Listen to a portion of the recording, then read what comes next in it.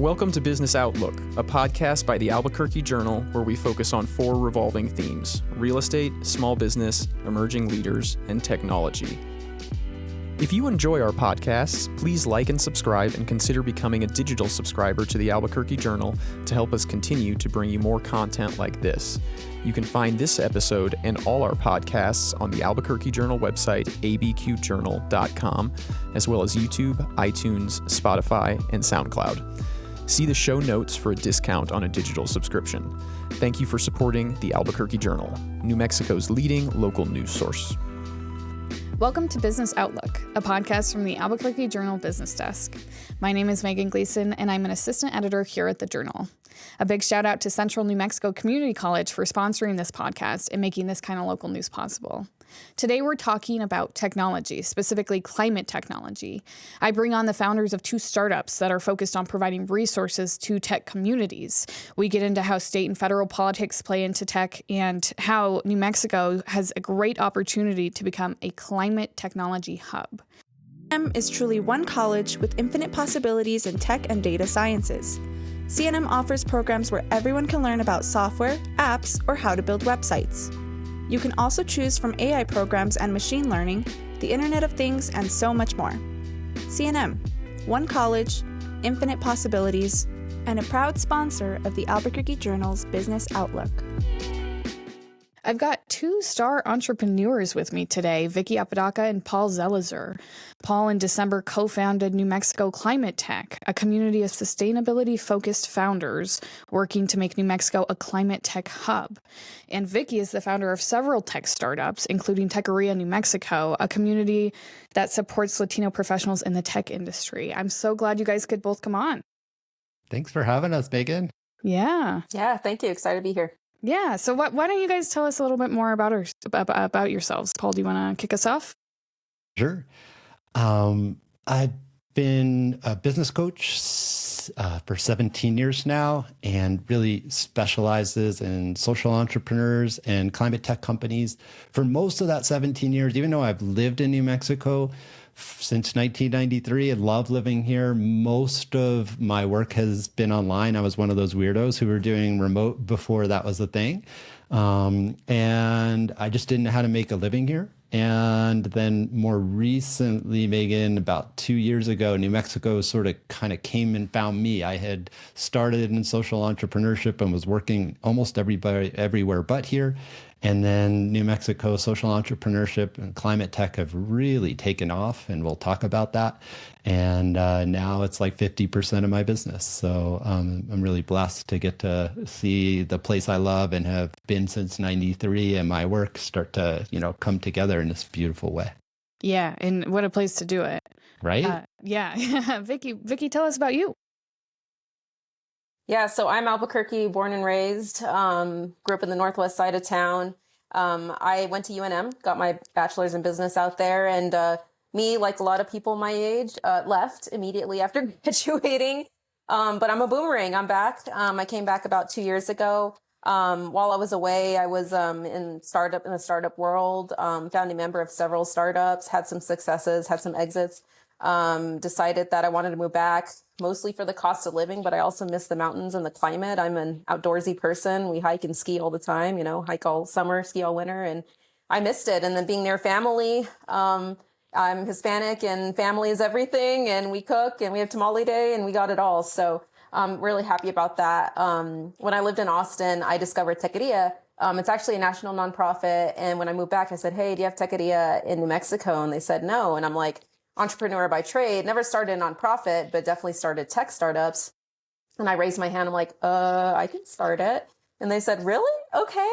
And they put me on a little bit of a probation a couple months. They're like, let's see how it goes. I think I like proving people wrong. So they're a little bit like, let's see if New Mexico is a place to have like a tech community. And I'm like, okay. So I started it. And within the first year, we launched in January this year. First year, we had Tech Fest, 250, 300 people attended that. So we're definitely kicking butt, and our chapter raised a lot of money compared to the rest of the national chapters, and we're doing really well. So completely grassroots, completely volunteer-based. It's my passion project, but sorry not to overtake the convo, Paul, but yeah, definitely excited about that and excited to contribute to the local economy and the local tech scene. Yeah, I'm glad we stole you back from Texas. Absolutely. We're so blessed to have you back, Vicki. Yeah. So I brought you guys on today to talk largely about climate technology, but that's not a phrase I hear often. Like I'm walking down the street and I hear people talking climate tech. So tell me, what is climate technology? I can start with that. So if anybody hasn't been paying attention, like think about what it's been like in New Mexico for the past couple of summers, right? We've seen fires happen that have been historic, burned whole areas. The largest fire that our country has ever seen happened here in New Mexico a few years back. We're seeing drought, we're seeing increasing heat, and we're seeing water get more scarce in terms of using it. That's just some of the examples we're seeing locally, but those kinds of things are happening around the world. And humans are going to have to innovate because we can't keep doing the lifestyle that we've been doing. Those innovators, those people who are solving those hard problems and working on some of the solutions to them, we generically kind of put in a bucket called climate tech. And we have some incredible climate tech startups. And we were talking, Megan, before you hit record, there's this thing that's happening where there is a whole lot of money getting invested in this because New Mexico has been working towards something for 100 years, almost 100 years. It's called the Permanent Fund. It's a very large pool of money that we're using the interest for a number of good things for New Mexico. But one of the main things is to help get us off of our historic dependence on the oil and gas economy and into what's more called the clean tech economy. And so we have really smart people. We have one of the highest concentrations of PhDs because of things like Lenel and Sandia and Space Force and all that stuff. And now we have the capital, and we've had a culture and an ethos of entrepreneurship in New Mexico. So there is this confluence of things happening right now that nobody's ever seen before. And the world really needs it. So it's a really exciting time for climate tech and in general, but especially here in New Mexico. Yeah. And we've seen the state try to get away from its dependence on oil and gas for so long. So it's interesting to see it all sort of come together right now. Anything to add on that, Vicki? Yeah, I mean, that's a little bit of a tough battle. I mean, we're the second largest producer. I mean, I came from Texas, so I see what the impact is there. And if you go to southeastern New Mexico, I mean, that's what you see. I mean, it's in the air. It smells, like oil and gas. So it's part of the scene. Yeah, I mean, I think the tech industry is burgeoning here. I think climate tech is definitely an outlet. Me building grassroots tech organization, I just see it all. I see entrepreneurs. I see established people. I see people that, I'm like, let's make nerds cool. Let's make the Sandia and Lanel people, the PhDs, let's make them cool. I'm all for it. And so, yeah, we're bringing out tech here. And I think climate tech's definitely an instrument to really support New Mexico and put us on the map. I noticed since moving back, we're really differentiated here. I come from the software world. Apps, software, could build an app in a couple months. And climate tech is just something that's just like, yeah, I mean, it might take some time, but it's so revolutionary that I think it's necessary that we really position ourselves in that way. Yeah. And why do you guys think New Mexico is the right place for a kind of tech hub? That's a great question, Megan. Again, I think there's this unique confluence of things. From a climate tech perspective, we have this incredible asset called sunshine, right? We have more sun than almost anywhere else in the US. There's some places in Arizona that are equivalent, or maybe low desert, just slightly better. But basically, we are in the upper echelons of both solar and wind. So it makes sense here. They're economically feasible here. The other thing is we kind of have to, so think about water, right? There's a saying, right? Agua es vida in New Mexico, water is life. And we don't have a lot of water. My son likes to say, Dad, we have learned in 8th grade, I think it was, social studies, that we have the least surface water of any state in the country. And there's a lot of straws going into the water, and we're surrounded by much bigger states, Texas and Colorado and Utah and Arizona. They have bigger budgets. If there ever was a legal fight, supposedly, theoretically, imagine there was a legal fight about water. That never happens, right? I'm being facetious. So we're going to have to innovate our way around water. It's not always easy to grow food at scale here to feed everybody. We have to innovate because traditional ways of doing things, they weren't working in the past for the size population we have. But as the climate's changing, it's getting even harder here because a lot more people are drinking the water. It's getting harder, and it already wasn't so easy to grow food here for the scale population we have. And now it's getting harder. We have to innovate if we want to continue to live in this beautiful place. The beautiful thing is New Mexicos are an innovative, creative bunch. And like I said, we have both really great brain power to help steer that ethos of entrepreneurship. And now we have a pool of capital that is unprecedented. And you put all that together, and right at this moment, we're watching things light up in a way that, I'm getting inboxed on LinkedIn from people all over the country and all over the world. What is going on in New Mexico, right?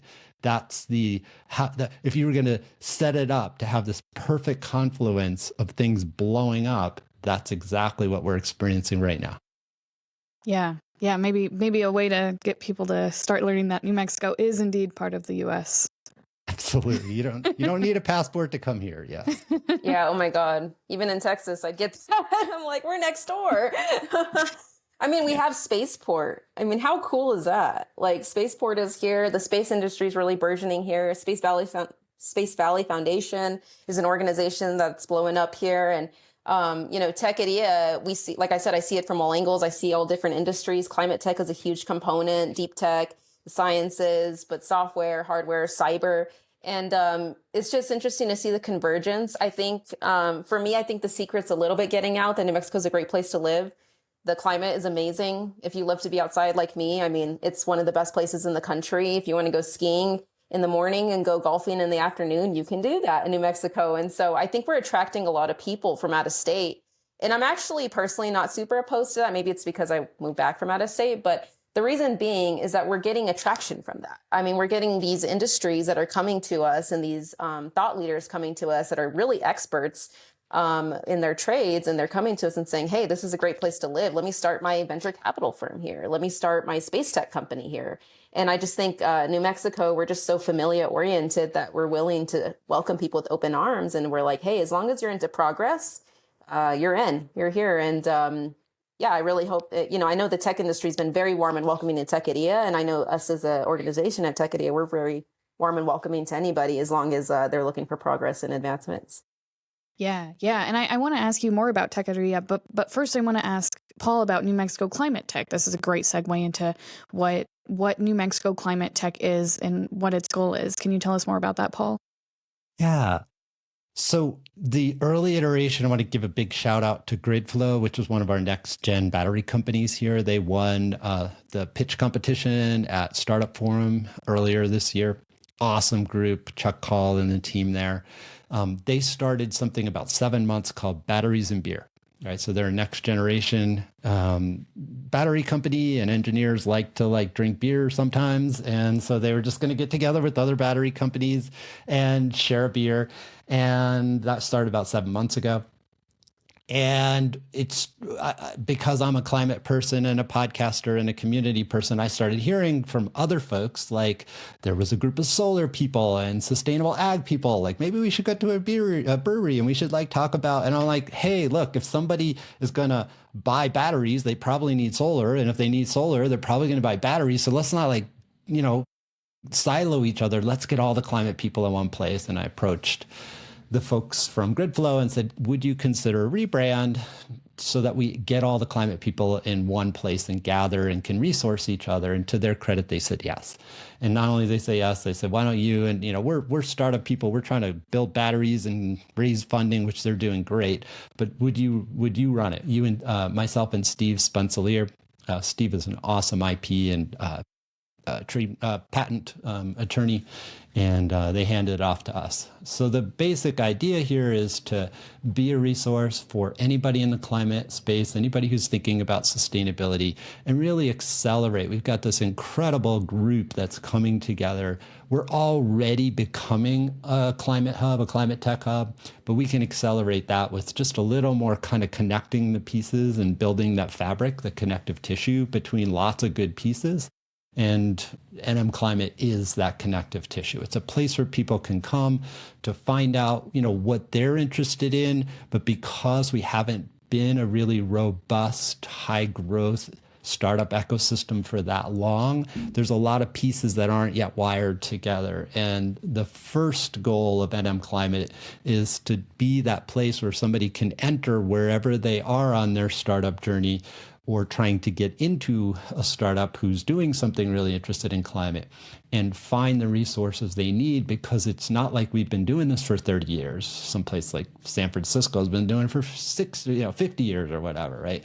It's much earlier here, and there's places where things aren't yet woven together. And we're working to weave it together so that the whole thing can move faster and make a bigger impact in New Mexico in terms of good jobs and supporting other ventures, and also in the wider world, because like grid flow is an incredible asset to the world as they succeed. It makes it easier for renewable energy to be stored. That would be one example of the kinds of startups we have here. Mm-hmm. Yeah, and it's really been amazing to see all of these startups popping out. Yeah. Mm-hmm. And on the topic of resources, Vicki, I'd love for you to talk more about Techeria, New Mexico. It's really amazing to see a woman of color empowering others in the tech field. Yeah, I mean, absolutely. That's been part of my personal mission for a very long time. And I'm used to being the only woman of color in a leadership role or having a seat at the table. And I have my stories. I'm sure most women of color do. And, that's not the time to talk about that now, but I know what it takes. And I'm really wanting to inspire people. So Techeria is a Latinos in Tech nonprofit. As I mentioned, it's a national nonprofit. I'm me along with two others, Joshua Rivera and David Tenorio. We're the chapter directors for New Mexico, for the state of New Mexico. David and I are really the co-founders of that chapter, and we brought Josh in, who has a great network. We're really building up. We provide mentorship, monthly meetups. We do co-working sessions at Q Station, a local co-working space here that's really great and inviting. And we had the Tech Fest. One thing for 2025 is we're going to be part, as well as New Mexico Climate, we're all partnering with the CNM and Space Valley Foundation to do actually a multi-day conference. Tech Fest started as a one-day conference. The feedback we got was amazing. People were like, oh my God, the community here, like the network effect, it's amazing. Like I'm actually meeting people. That we got a lot of students in the door, which I feel like you go to a lot of tech meetups here in Albuquerque and you don't see students who are like wanting to break in. And there's students that are like, they already have a startup. And I'm like, this is insane. I did not have a startup when I was, a sophomore in college. And I'm so impressed by the new generation and everything. That multi-day conference is going to be in early June, and it's going to be amazing. And it's going to have a lot of effect. And we're really hoping that since it's going to be a multi-day event, we might get regional people in as well. So mark your calendars early June to be part of the new Techeria and Space Valley Foundation CNM New Mexico Climate event. Yeah. And Megan, if I could add another note to that. One of the things in this inbound that I'm referring to, we're getting inbound from climate founders of color from other states, and they're saying something's going on in New Mexico that's really interesting. Unfortunately, historically, climate tech has been a very white male dominated industry, right? And one of the things that we've been really the leadership of NM Climate is saying we want to do it differently. It can't be that way in New Mexico, right? New Mexico, we're the first majority minority state. If we were to build a climate community that was very heavily white and very heavily male, we would not be serving our community the way we should be, right? We would be failing. And so right from the start, we've been having conversations and really working to build a diverse community. And not only are we seeing results of that in New Mexico, but we're getting inbound from Texas and Colorado, founders of color in the climate space. And I don't know what you guys are doing. One guy sent me from El Paso. He sent me a message and he was like, I was going to drive from El Paso to Albuquerque just for the first NM Climate meetup because and he's a founder of color. So he's going to drive 4 hours to come to an hour and a half meetup because of that, right? So I just want to make sure that the community knows we're really working hard to create a diverse and inclusive climate community and not make the mistakes that, let's make new and different mistakes, not the same mistakes that climate communities in other states and other countries have made in terms of really not representing the full spectrum of humanity and then creating solutions that don't serve the full spectrum of humanity. That would be a terrible waste of an opportunity. Yeah, and another project Paul and I are working on is we're working with the Black Chamber of Commerce locally to open a Blacks in Tech chapter. So now I have my playbook for Techadia, Latinos in Tech, and obviously diversity in tech. It's not just Latinos. I mean, we are a minority majority state. And so if we can work with the Black Chamber to get a Blacks in Technology chapter, I mean, they're just more representation. And when that happens, I mean, they'll be part of our event. They'll be part of these meetups, and we can all just cross-pollinate to ensure that that diversity factor is continually woven through.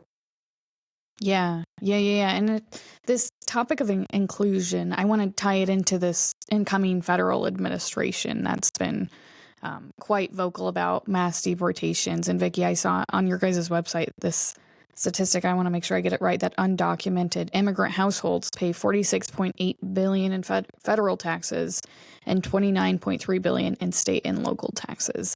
But again, now we have a very conservative incoming federal administration that's been so vocal about mass deportation. So do you have any advice or resources for people with this coming up in 2025? I mean, I wish I could save the world, but unfortunately I can't. I can just do what I can. I mean, my grandma was an immigrant from Mexico City. I grew up in a household with very Mexican-American values. And so for me, obviously, it's not the nicest thing to hear. We provide resources. We provide job support. We have a free job board. So if anybody wants to apply and potentially get sponsorship or anything like that, I mean, we're here to help. We can provide those resources.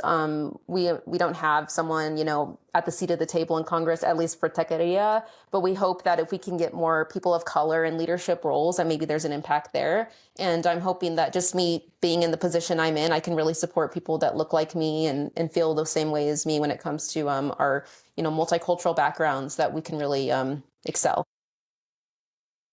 Mm-hmm.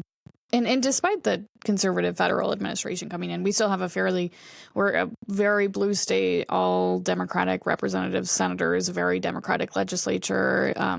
We see so many women in power in New Mexico. So can you guys speak to how New Mexico can maintain its diversity and inclusion in the tech world despite the federal administration coming? Yeah, it's a great question, Megan, and thanks for answering it.